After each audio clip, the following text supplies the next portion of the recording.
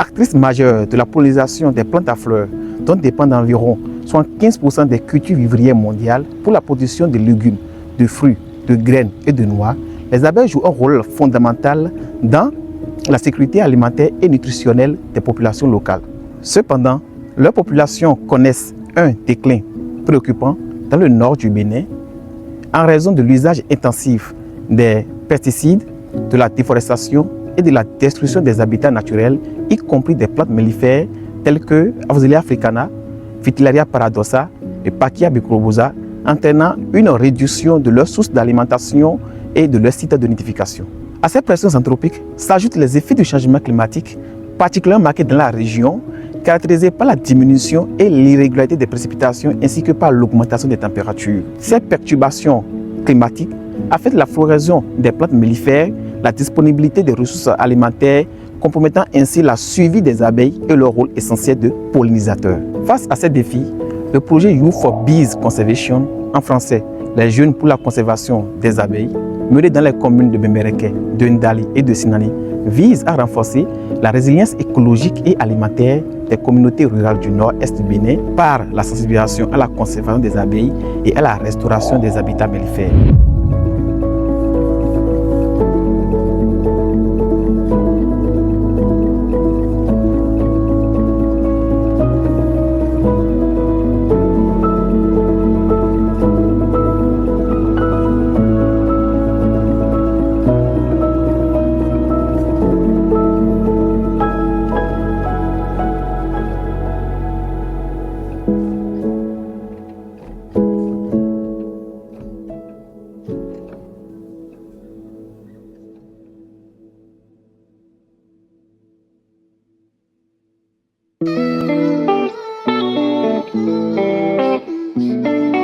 En termes d'objectifs spécifiques, il a été question d'améliorer le niveau de connaissance des communautés rurales sur le rôle écologique des abeilles dans la conservation de la biodiversité et la sécurité alimentaire, de promouvoir des pratiques apicoles durables, respectueuses de l'environnement, de restaurer les habitats mellifères existants et de créer de micro-habitats pour pollinisateurs à travers l'installation des jardins mellifères dans des écoles et enfin d'élaborer une convention locale de préservation des habitats mellifères dans chacune des 3 communes d'intervention du projet.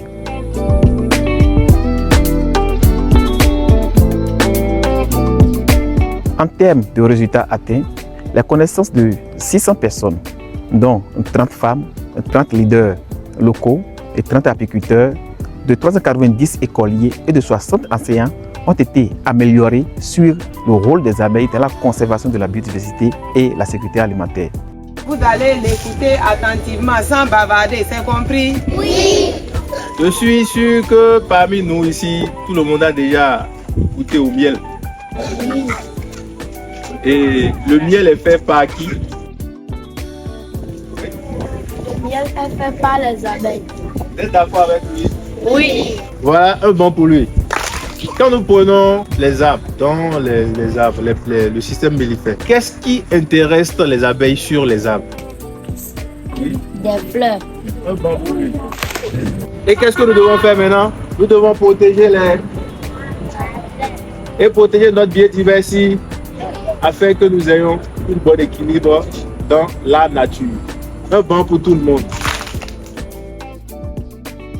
J'ai retenu qu'il faut protéger les abeilles, sinon le monde sera déséquilibré et que les abeilles se nourrissent des nectars des fleurs et qu'il faut protéger les arbres pour que les abeilles puissent se nourrir des nectars des fleurs de l'arbre.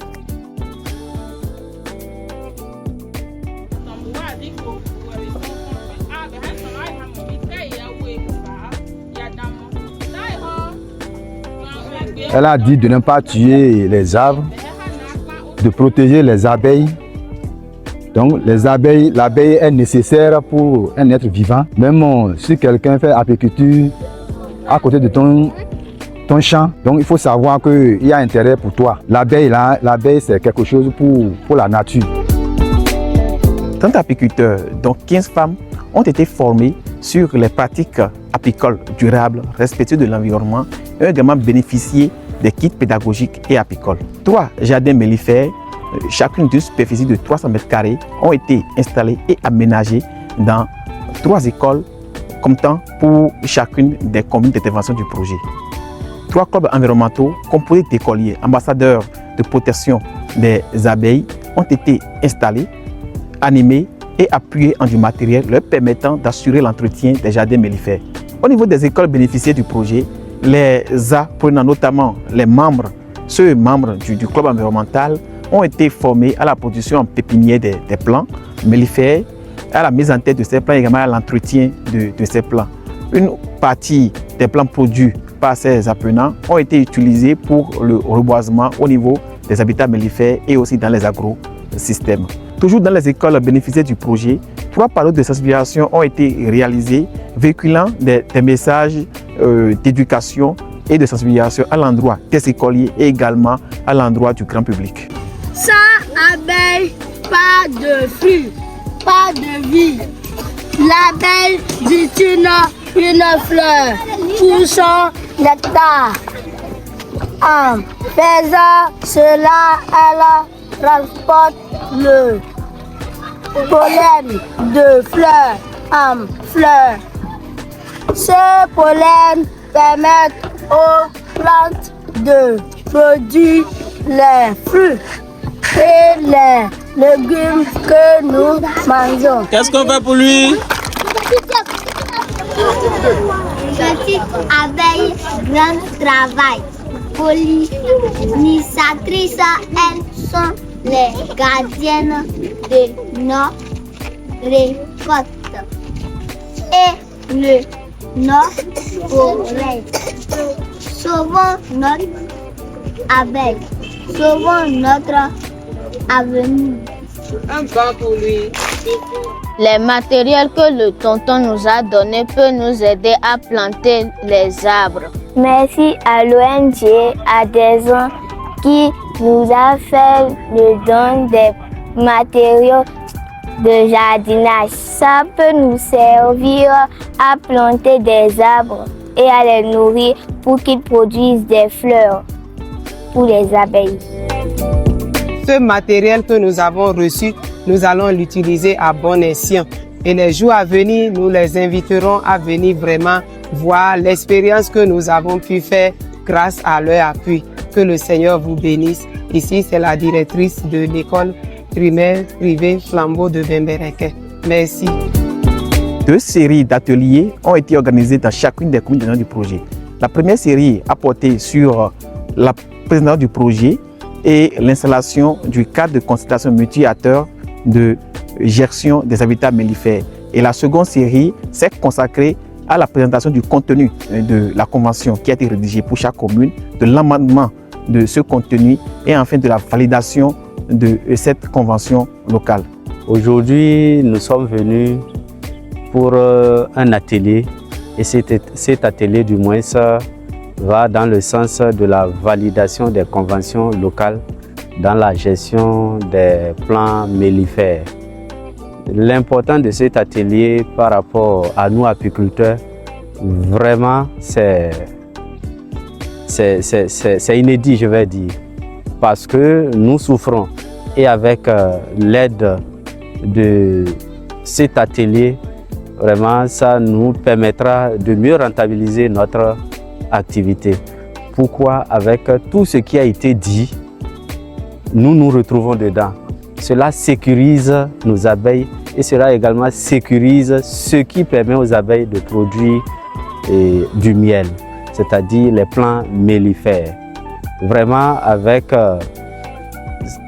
tout ce qui est contenu dans cette convention, ça protège tout ce que nous faisons. Ça protège également les abeilles, ça protège également notre biodiversité. Et je suis très fier de cet atelier-là. Et je souhaite également longue vie à ce projet qui nous a fait bénéficier de cet atelier. Je suis invité maintenant en tant que président des cotoculteurs. Vous savez, le coton va avec les abeilles. Sans les abeilles, il n'y aura pas de prolifération. Donc nous sommes censés sauvegarder ces abeilles.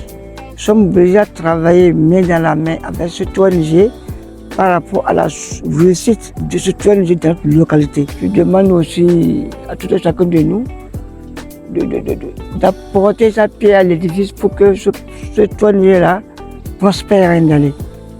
Merci beaucoup, je vous remercie. Pour chacune des communes, la convention locale rédigée et validée est actuellement en attente de signature auprès de l'autorité compétente qui est le maire de la commune. Les résultats issus de la mise en œuvre du projet traduisent l'engagement croissant des acteurs locaux en faveur des pratiques apicoles durables, respectueuses de l'environnement, afin de garantir une protection durable des abeilles et une bonne sécurité alimentaire au bénéfice des communautés locales et des générations futures. Nous tenons à exprimer notre profonde gratitude à notre partenaire financier, le programme Sebiose de l'Institut royal des sciences naturelles de Belgique, ainsi qu'à nos partenaires de mise en œuvre, à savoir l'Université de Parakou à travers le laboratoire d'écologie, de botanique et de biologie végétale, le LEB, et la Direction générale des eaux, forêts et chasses. Nous adressons également nos sincères remerciements aux apiculteurs, aux autorités locales, aux communautés bénéficiaires, ainsi qu'à l'ensemble des acteurs ayant contribué de près ou de loin à la réussite de la mise en œuvre du présent projet. Merci et à très bientôt.